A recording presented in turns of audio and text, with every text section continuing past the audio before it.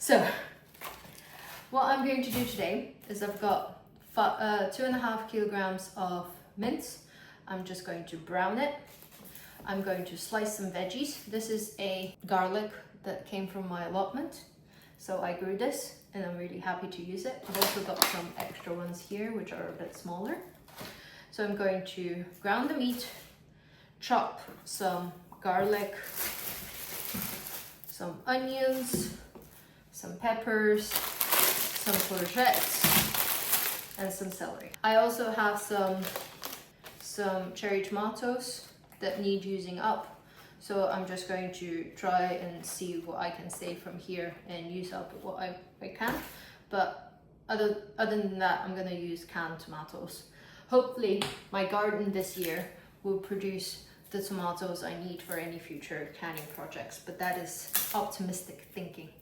So let me get started on browning the meat. So here we are, I've got 5 of these. I'm gonna put them in a cold pot. I'm gonna mix them up and then I'm gonna turn the heat on. Wash my hands.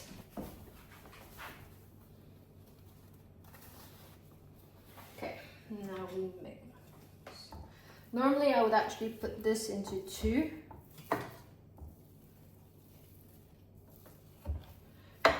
Separate the mince out into 2 separate pots. But I think now today I'm just gonna mix it all separately. Like prepare the mince, take it out, prepare the veggies, take them out, and then mix them all together. What I've done in the past is also prepare the mince with the prepare everything separately, like prepare the mince, prepare the veggies in a different pot, and then in the jars, which I have here, in the jars I would put some tomatoes, then some mince, and then some veggies, mix it all up, and then pressure can it. So there are 2 ways to pressure can stuff. You can either cold pack them, like what I've just explained, where you mix everything, you prepare everything, you probably let it cool down, but I'm gonna put cold tomatoes in there. And then you add them all together and then you put them in cold water in here, like room temperature water in here, and then you start from room temperature and bring it up.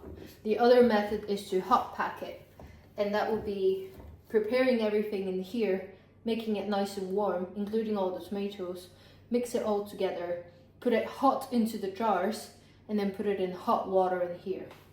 Let's turn this on. The reason why I don't like to do this is because I don't have space. Like if I had one pot like this, where I could mix everything in, and then put it into jars, and then use this pot to then pressure can it, I only have the one pot. So I don't want to dirty that if I'm going to use it then for pressure canning. But if I do have another pot, which is bigger, which is about this size, I would definitely hot pack it, because hot packing takes less time, because you don't have to wait for it to heat up, it's faster. Today we're gonna cold pack it. That's actually less pressure on you, because you don't have to hurry to get everything done in one go. Now while this is cooking, I'm gonna cut the veggies, because this will take a long time. I'm gonna turn it to medium so that it's not escaping from me. This will go here. I've washed everything. Now I'm gonna clean my surface area, because I started like you probably have in your home. Well, maybe your home is cleaner than mine, but I started just walking into the kitchen. And that is how I will probably start all my videos. It will be a mess, we will clean it up, and then we're gonna begin. Right, got some raspberries here.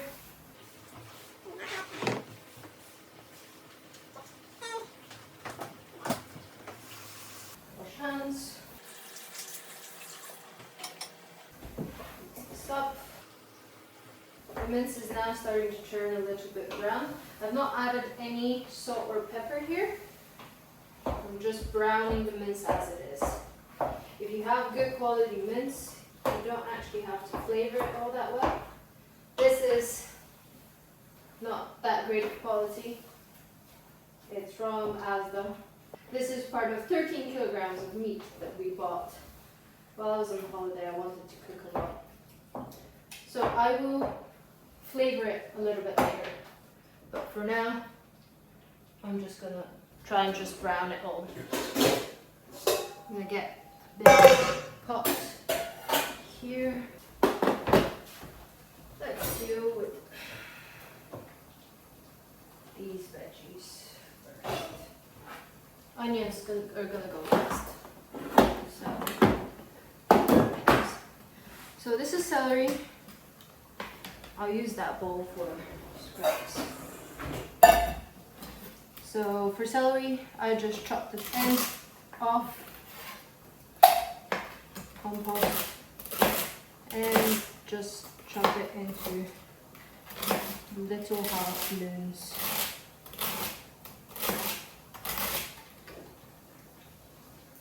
So you want little half moons like this, not that thick, not that thin. And it's basically everything goes into a bowl. Some things are going to go on the floor, that's okay, we'll clean them up later.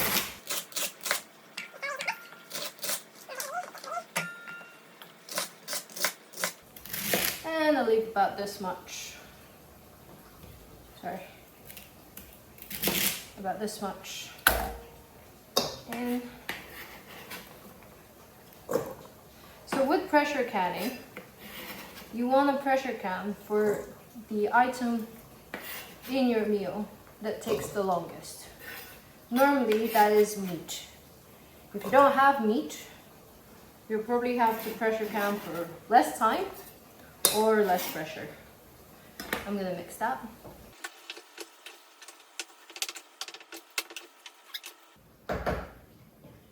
Let's do courgettes next.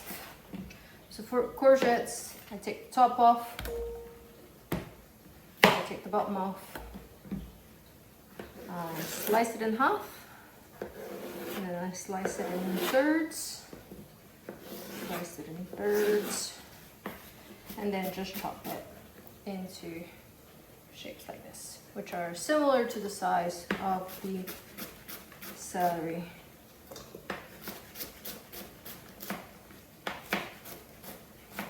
This is all a rough chop.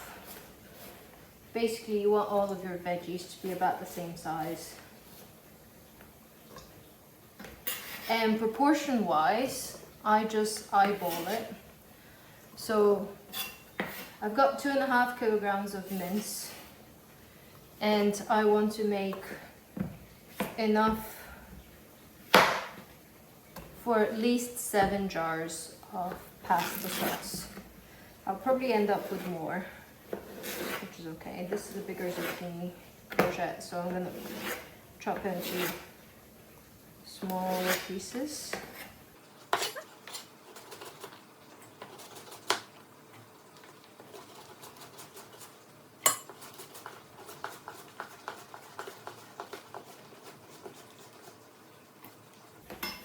And that is why we clean everything beforehand, because things get out of the chopping board. Always use the back of your knife to scrape stuff off so that you don't, that's why we cleaned, so that you don't dull the edge of your knife.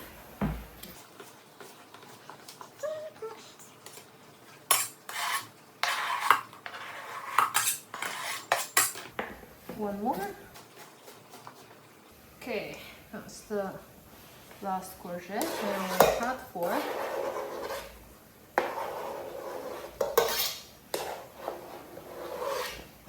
Okay, mix this up.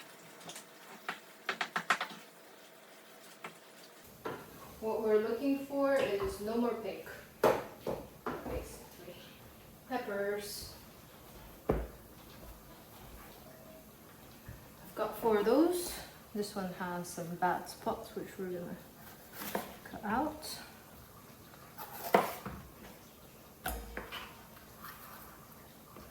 And there's a bad spot here. Cut that out.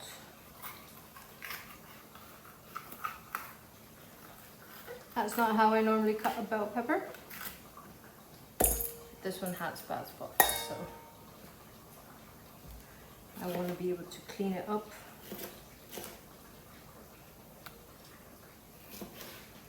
There's not much of it left, but it is what we have. So this one I would just chop in strips like that. Collect all the strips. Move that away. And then chop it into pieces like that.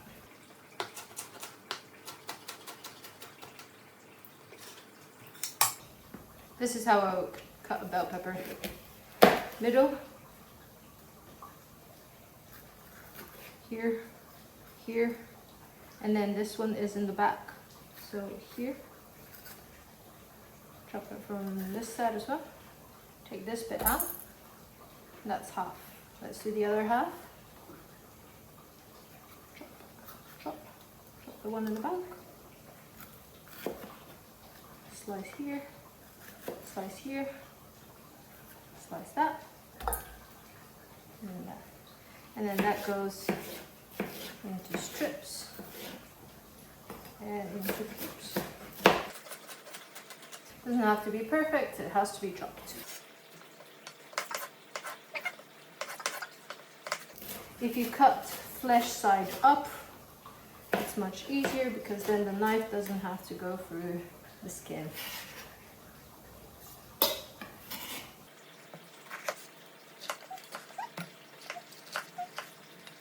Get rid of the seeds.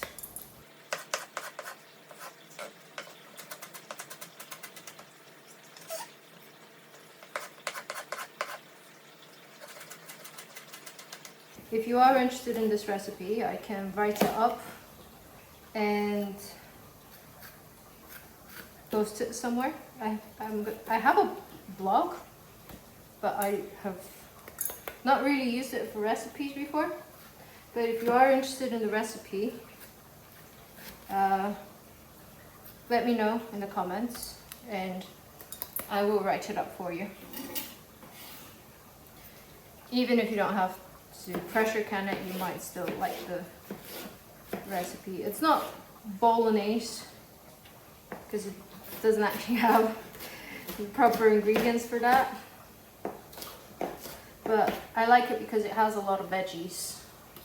So you can put any type of veggie you want. I put peppers, celery, courgettes, carrots, whatever type of veggie you have. You can probably put some spinach if you want at the end.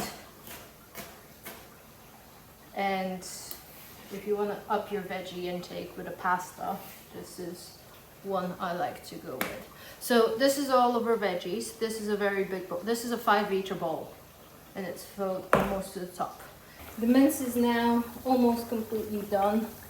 There are some bits at the top that have still to brown, but overall the mince is done. I'm going to try and break up the bigger pieces.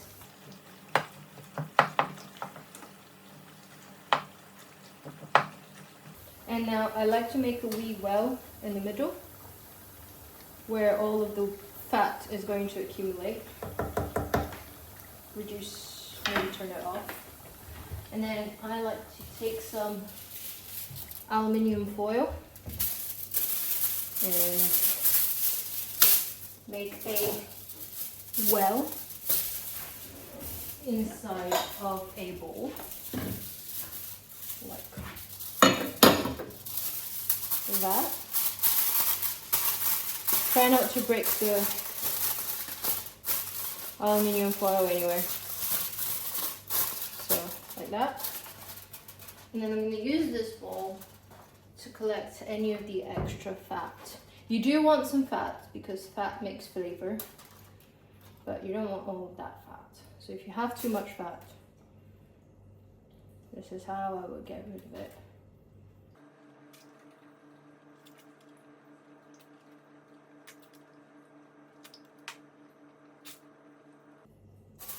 And then that fat will solidify. You can wrap it around in the foil and then just bin it. Yeah, I'm not going to take all of that fat. I'm just going to leave that much. You can probably see a little bit of it. This is going to go somewhere cold, which is very hard to find right now because it's boiling hot everywhere. We're in the middle of a heat wave, and I, for some reason, have decided to cook very hot stuff. Right, next step is to flavor the mince. I'm going to use some salt. This is a very cute salt holder that my husband bought me. Now I'm going to put a lot of salt because this is 2.5 kilograms of meat. So that was 3 teaspoons. I'm going to put some pepper. That's half a teaspoon. And that's another half, so a teaspoon.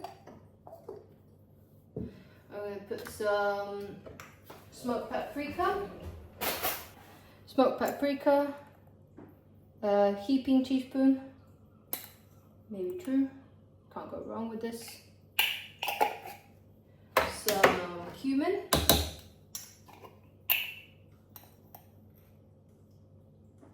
That's about 2 teaspoons in one. I like a lot of cumin. And I'm gonna stick with that. Cumin, paprika, salt and pepper. Nothing too complicated. It will just give the mince some color as well. Because we're gonna flavor each part of each component separately, we do want to taste each component separately. But if you are doing this just for you, not for canning, just for yourself, just to eat fresh, you can just flavor once. Right. Let's get a spoon.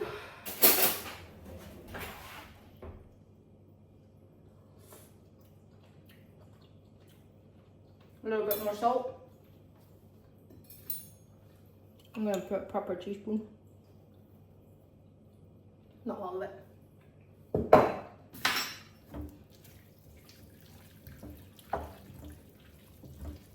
Mince sold in the supermarket is generally unsalted, at least in the UK.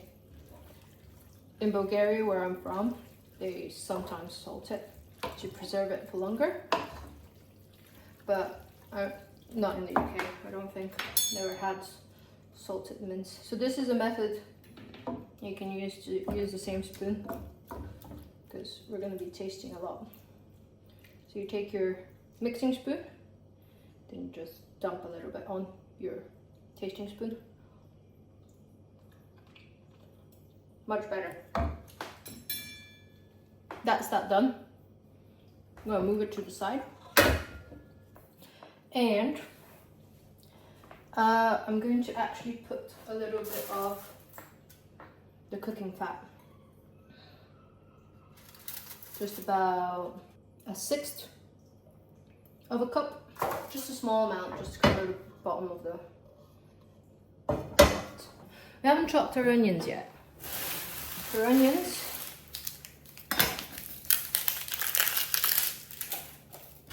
I'm just going to chop here, here, and then half.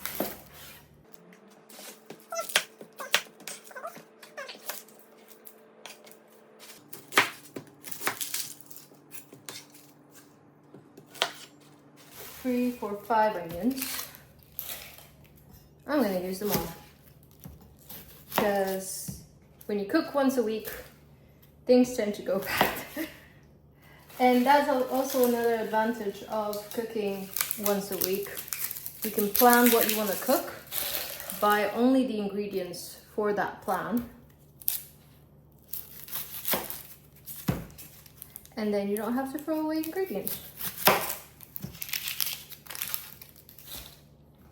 Because you've used them all. Right, now I'm going to take the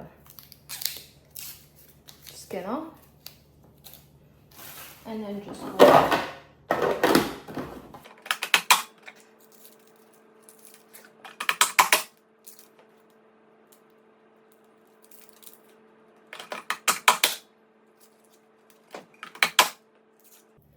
I find that if you don't do the bang, it doesn't really chop. So you have to do the bang. See?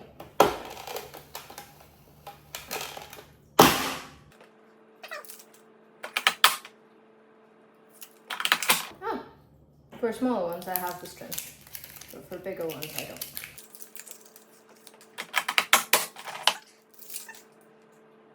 I do like to get rid of the skin, because that's very unusual.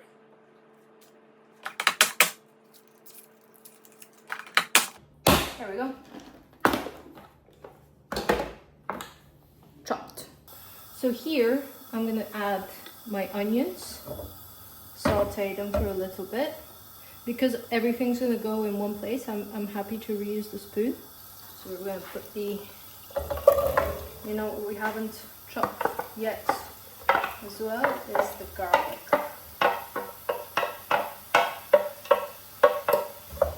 So I'm gonna reduce the heat here. And if you caramelize these onions, it will taste actually even better. This is the garlic after I've washed it. We're only going to chop this one because it's very big. But I get rid of this.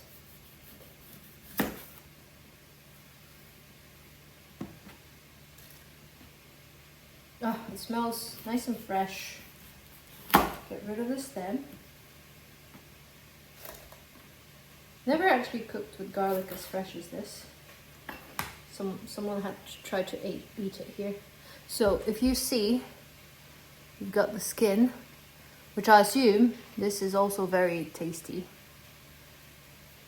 This is what normally dries out when you cure it, but this, I took it out of my garden this morning.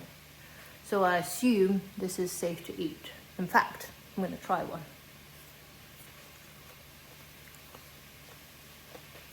It tastes garlicky. So I'm gonna keep the skin.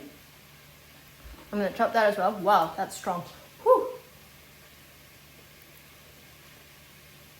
See, also what happens is these guys, that one, that one, that one, and that one, are separate. You can separate them out. But these guys are wrapped in another layer of skin, which is really cool. Like I said, I've never used garlic as fresh as this before, so this was new to me.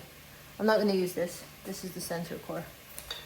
But I am going to use everything of this, including the skin.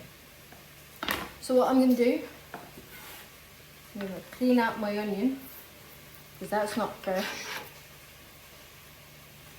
Clean that out. Chop the skin first.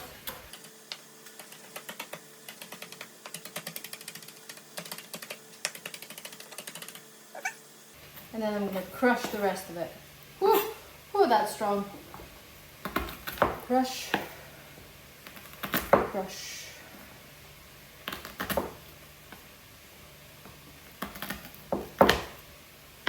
Oh, that was two. Crush, crush.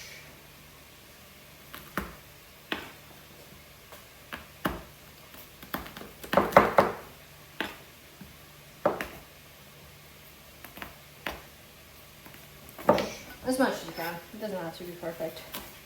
And then I'm going to try and chop it.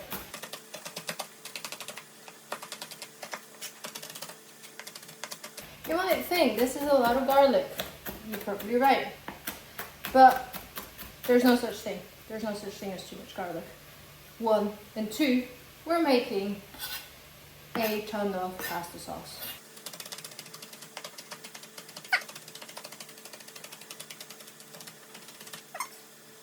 I'm gonna wash my hands now. Now, they have softened, like we said. We're gonna add the garlic.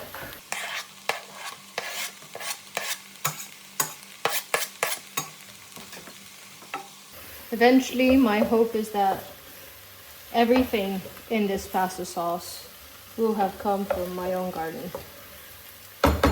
Right now, I've got 1 ingredient coming from my own garden. That's still more than no ingredients. So I'm gonna add some salt to draw out some of the moisture from the onions. I should have done that before the garlic, but it's okay.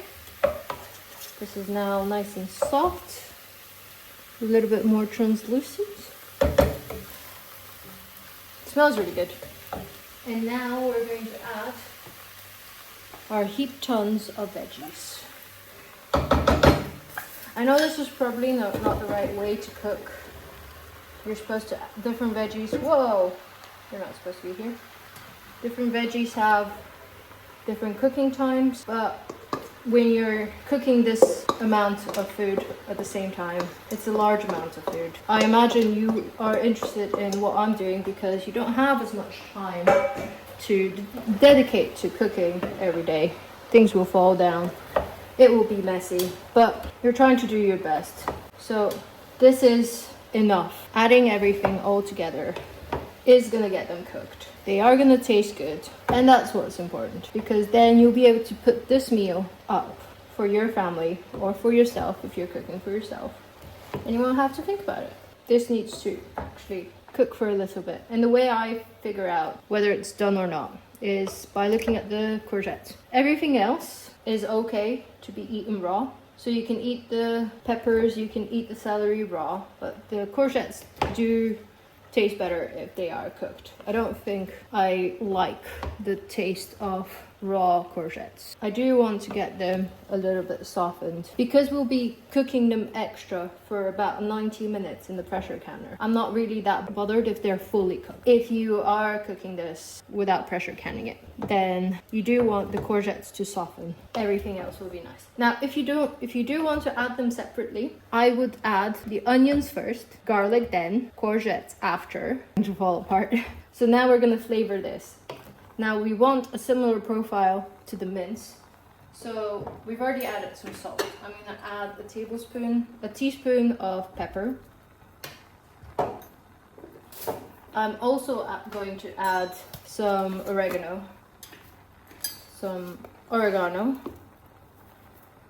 2 heaping teaspoons of that. And I'm not gonna add some smoked paprika to this. Actually, this is all I'm gonna add. So, oregano, salt and pepper. Mix it all really nicely. I've been doing this on the lowest heat setting that my stove can do. And I think that's ready. So the way I know that it's ready, onion is translucent, celery is also quite translucent, and the courgette is softened. So that's what I'm looking for. This is now ready. I'm gonna let it cool down a little bit. I also have these tomatoes that I want to slice and smash. And I'm gonna add to each of the jars. So I'm going to actually do that now. But first, I'm gonna open my big jar of tomatoes. I got these from Costco. Okay, we've opened that now. Very gently. This is what it looks like. It's 2.5 kilograms of tomatoes. Now I'm gonna chop these guys. Move that there.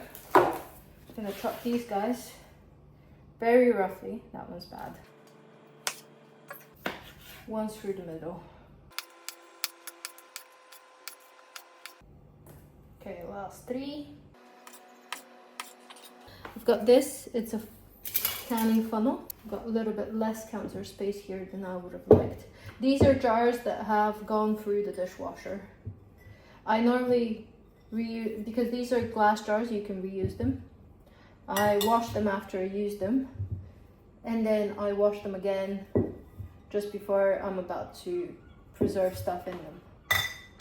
So these are 7 big jars, and I've got little jars here for a single portion. So this is 1 portion for 2 people, or if you're not that hungry or you eat smaller portions, you can actually have it for 3 people.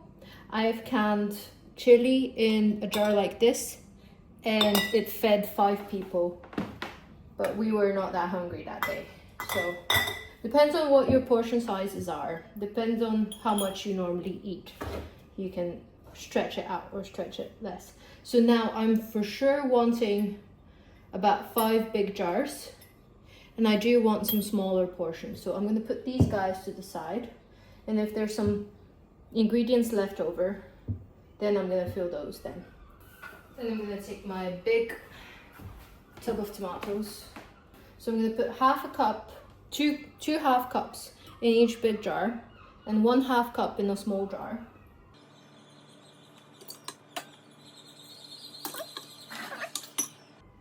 I'm going to use this jar. Just make sure I don't spill. That's why I have a towel underneath, but still.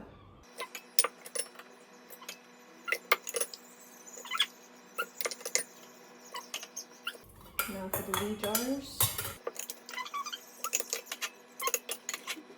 I'm gonna leave that there.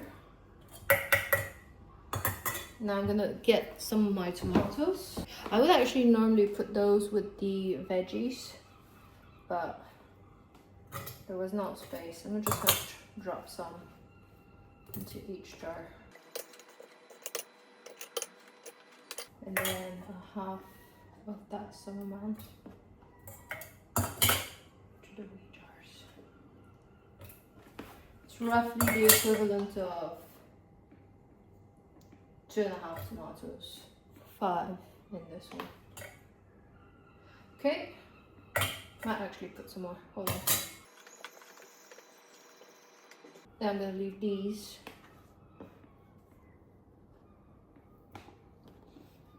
I'm gonna leave these if the other 2 jars have any space for them. Then we're going to add our mince. So I'm gonna mix that nice. The juice is very important. That is flavor. So I'm gonna go 1/3 of a cup to each first. We're gonna build up to 1 cup each. You know what? I'm actually gonna use all of them because I think I'm gonna have enough.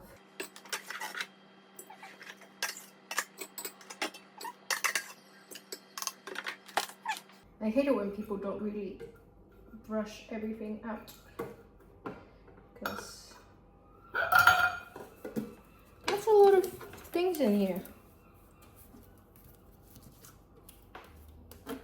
Someone took the effort to grow these tomatoes, prepare them, chop them up, can them, and now I'm not going to use them. I paid for them. Those rest of the tomatoes.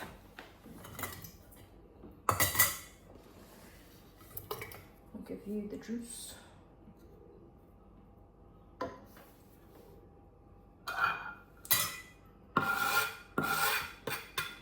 Good. Don't need that anymore. We can use that for the veggies.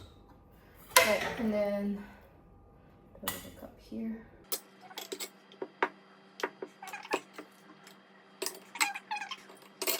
Basically what you want is to distribute everything into your jars. Now, I've not made this amount of recipe before. It's always different how much I make. It depends on how much mince I have, how much beef. So that's why I also like to cold pack this. I'm gonna add half this here into each of these 3 jars.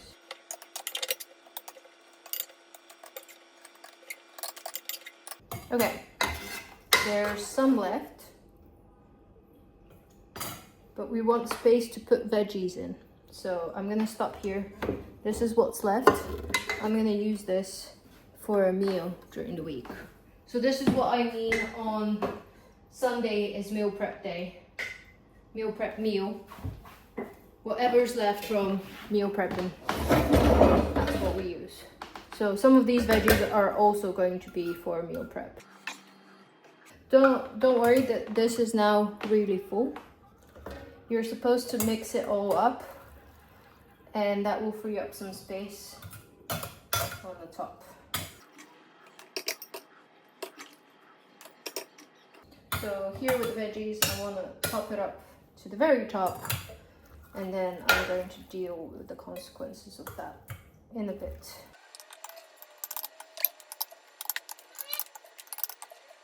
So now you can see that you've got layers. You've got a layer of tomatoes, layer of mince, and a layer of veggies. What you want is to mix all the layers together.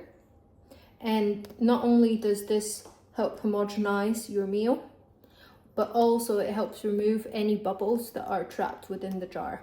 Any bubbles that are trapped within the jar could affect how the jar seals and the quality of your produce. So I'm just going to take a spoon and I'm going to start mixing this up.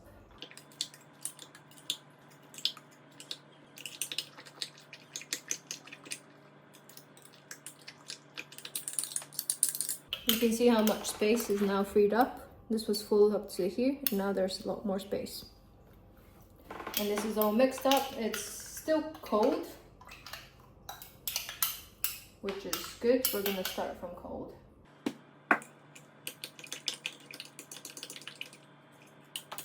This is the messiest part of it. So you want to push all of the veggies down. One might argue that the reason that there's more space is because I've exploded most of it out. But that's not the case, no. It is because everything is now more compacted because there's not a lot of space like this. Now, the other important part for safe pressure canning is headspace. The reason why headspace is important is because once this comes up to pressure, all of this is going to start bubbling.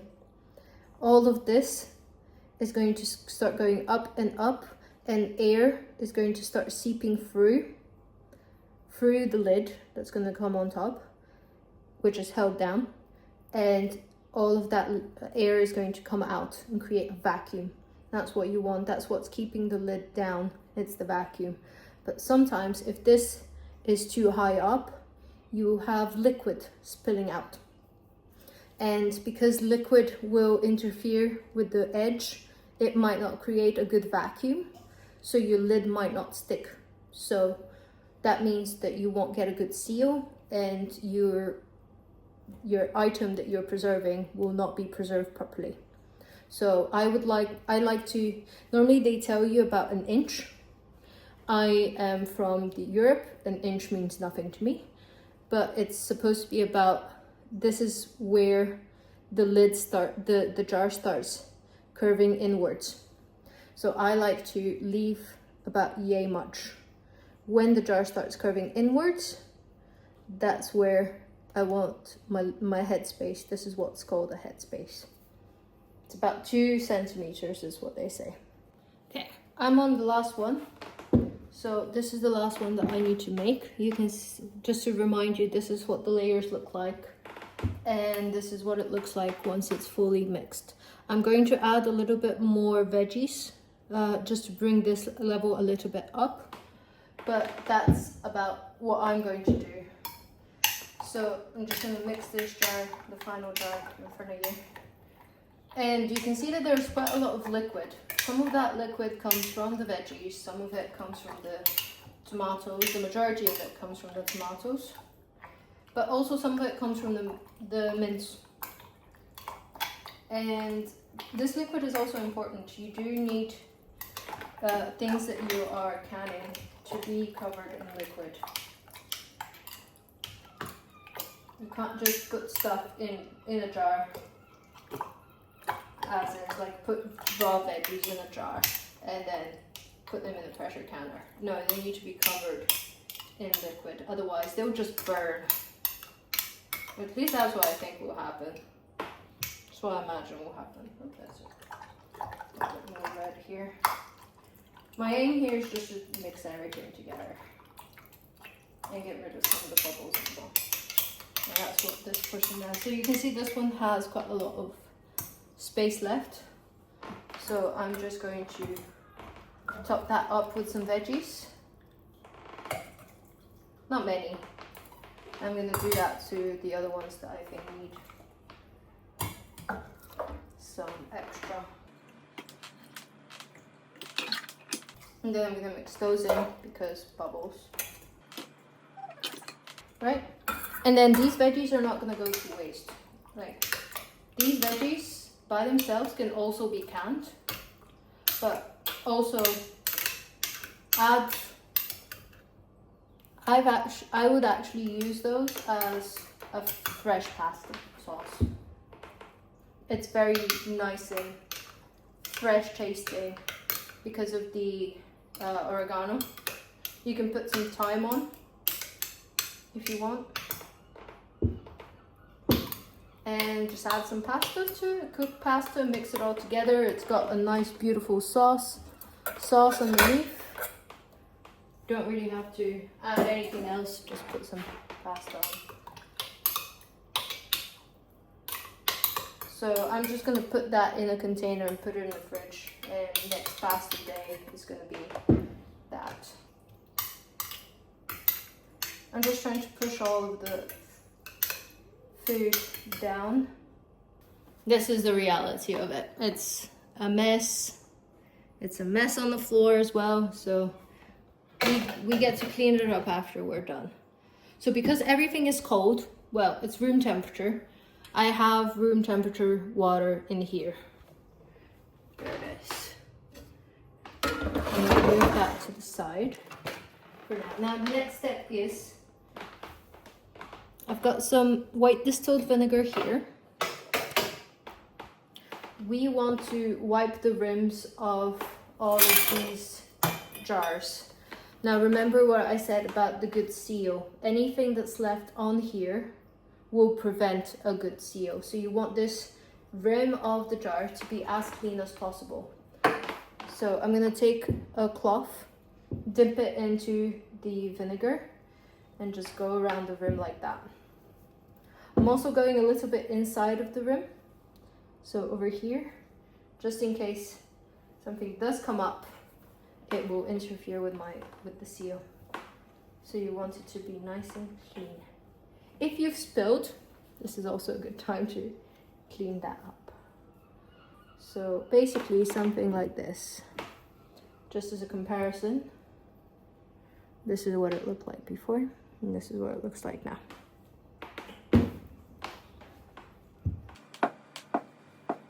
And the vinegar just helps to dissolve if there's any fat residues, or in case of jams, sugar residues. It will not affect your pressure canning if you drop some vinegar in here. Okay, which one's the dry? That one and that one. Now, I have an issue here. I've got 7 big jars and my pressure canner fits exactly 7. But I've also got 3 wee jars. So my only option is to do 2 rounds of pressure canning. And at 90 minutes each, they need to go up to temperature, vent for 10 minutes, then go up to pressure, then start the process, wait 90 minutes. If that pressure goes down a little below what you're supposed to, you have to start over. So I think these guys, I'm just gonna put in the fridge for now. And I'm gonna pressure can them tomorrow. Because I don't think I can do 2 batches in one day. It is 4 o'clock.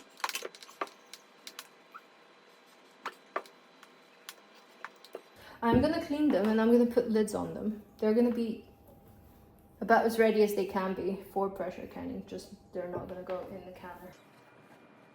Also, this is the time to feel if there are any chips on your canning jars. Those can also affect the seal. That one's very dirty.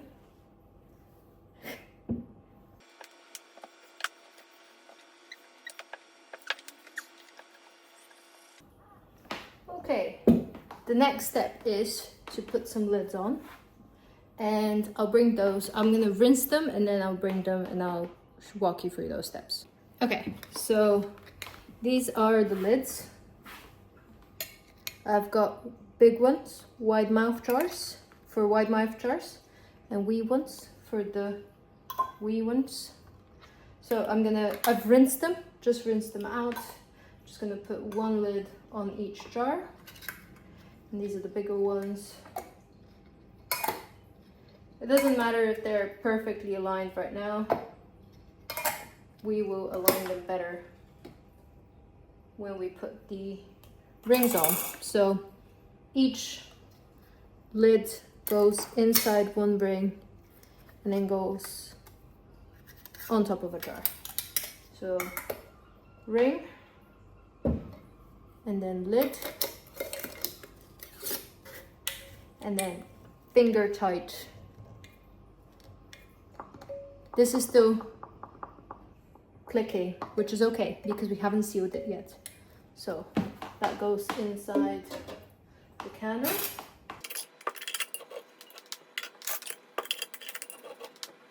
You can see how if you turn it, you can see if there's any raised edges. That means that the lid has not gone properly on each side. Where you want it to. This one's gone. Okay.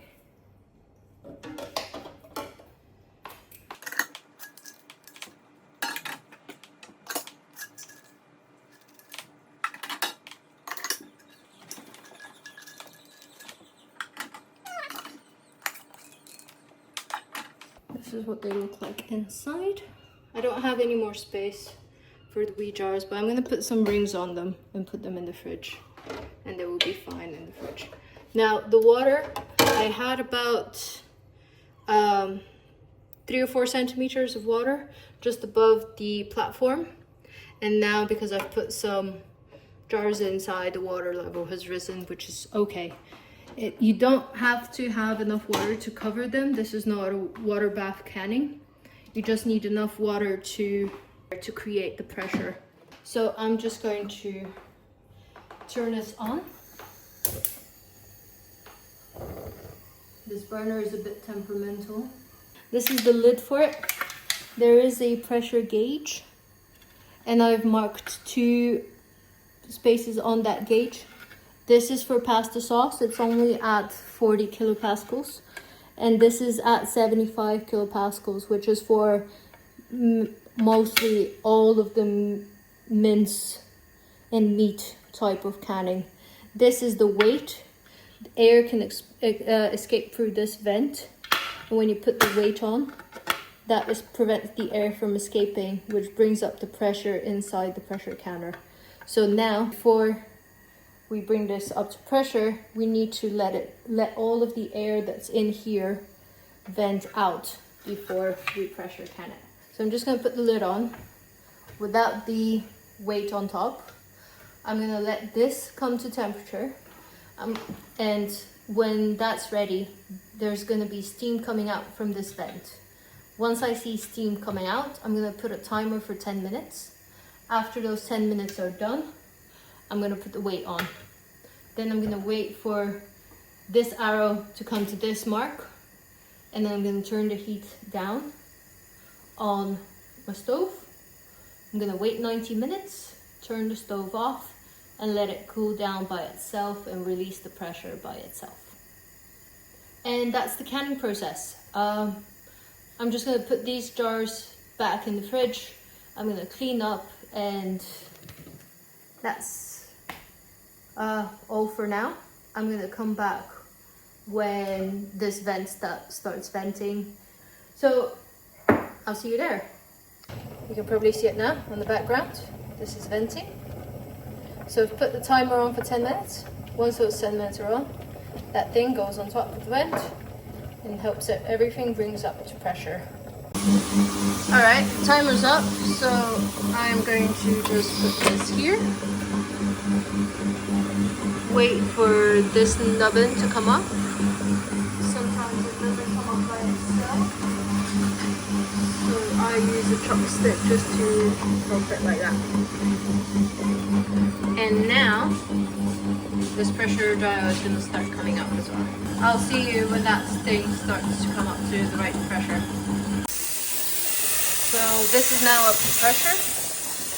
I'm going to turn this down to here. And hopefully that will stay. And then I'm going to put this timer on for 90 minutes. And that's it. I'll see you in 90 minutes. Our timer went off. So all we have to do, this is still at the right pressure, all we have to do is turn this off. And then the pressure will start falling down. Once it reaches 0, normally I would forget about it until probably the next day. So yeah, that's about it. I will speak to you when I've taken them out. Okay, so I'm opening up this for the first time. It's the next morning, so I'm checking whether all of these have popped. And there's no clicking, which means that all of them have sealed. You can probably see that the water is now yellow, which means that there was some leakage. But that normally happens. As long as all of them are not popping, they are perfectly sealed. So I'm just gonna take them out, clean them a little bit, clean them on the outside. See, the lids are actually very easy to come out. Take the rings off. The ring comes off, but the lid stays on. And the real test is if you can lift it by the lid itself, then it's perfectly sealed. So I'm gonna do that test for all of them and put them on the shelf. So here's what I do to just wash them. I put them all in the sink and I take some dish soap and just go on the top, on the sides, especially here where the rings have sat, and all around. And I do that for everyone. They're all sealed. None of this soap is going into the food.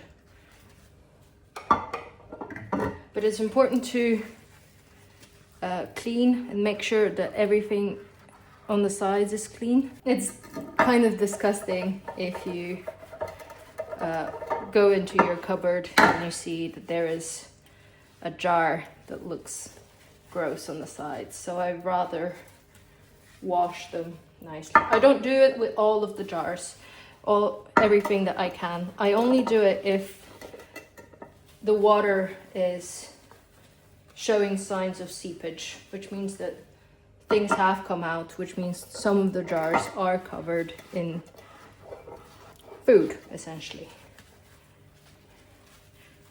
And then you rinse them off.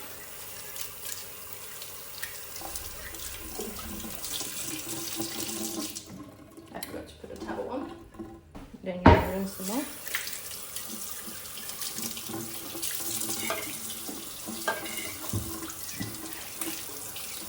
And the last step is after they've dried out, which will be very fast. After they've dried out, you just label them and put them in your cupboard. And that's you done. When you want to enjoy them, you just pop the lid off, empty it into a pot, warm it up, and put it over your pasta. Or you can put it over rice if you want. Or you can eat it by itself. That's them done. Once they're dry, I will just label them, put the date on, say PS for pasta sauce, and they'll go in the cupboard. And let me just show you what my pantry is looking at like right now. So here I've got chicken soup, sloppy joes, chili, and I've got 2 pasta sauce jars left here. On the side I've got some fruit lemonade concentrate, strawberry lemonade concentrate, some empty jars, more strawberry lemonade concentrate. Right behind are some jams. Here I've made some rosemary infused coconut oil. This is for ectopic use only. Here I've made lavender infused coconut oil, also for ectopic use only. You don't eat all of those. I've got some vanilla on the side. It's not the most perfectly organized pantry, but it's a work in progress. So once those jars are ready, they will come here. You might be wondering what's going on with the last 3 small jars. I will can them in the pressure canner. I will wash this water and I will can them in that pressure canner separately, but it is 22 degrees outside and it's almost 24 degrees inside, so I am not going to put a heating element at this stage in my kitchen. So I will pressure can those separately, and then I will process them the same way, wash them up, put them in the cupboard. So that's how I preserve pasta sauce. This is about 9 meals that we can use, including the extras that we didn't preserve in the pressure canner. And that means that for 9 weeks, I don't have to cook pasta sauce. So that's it.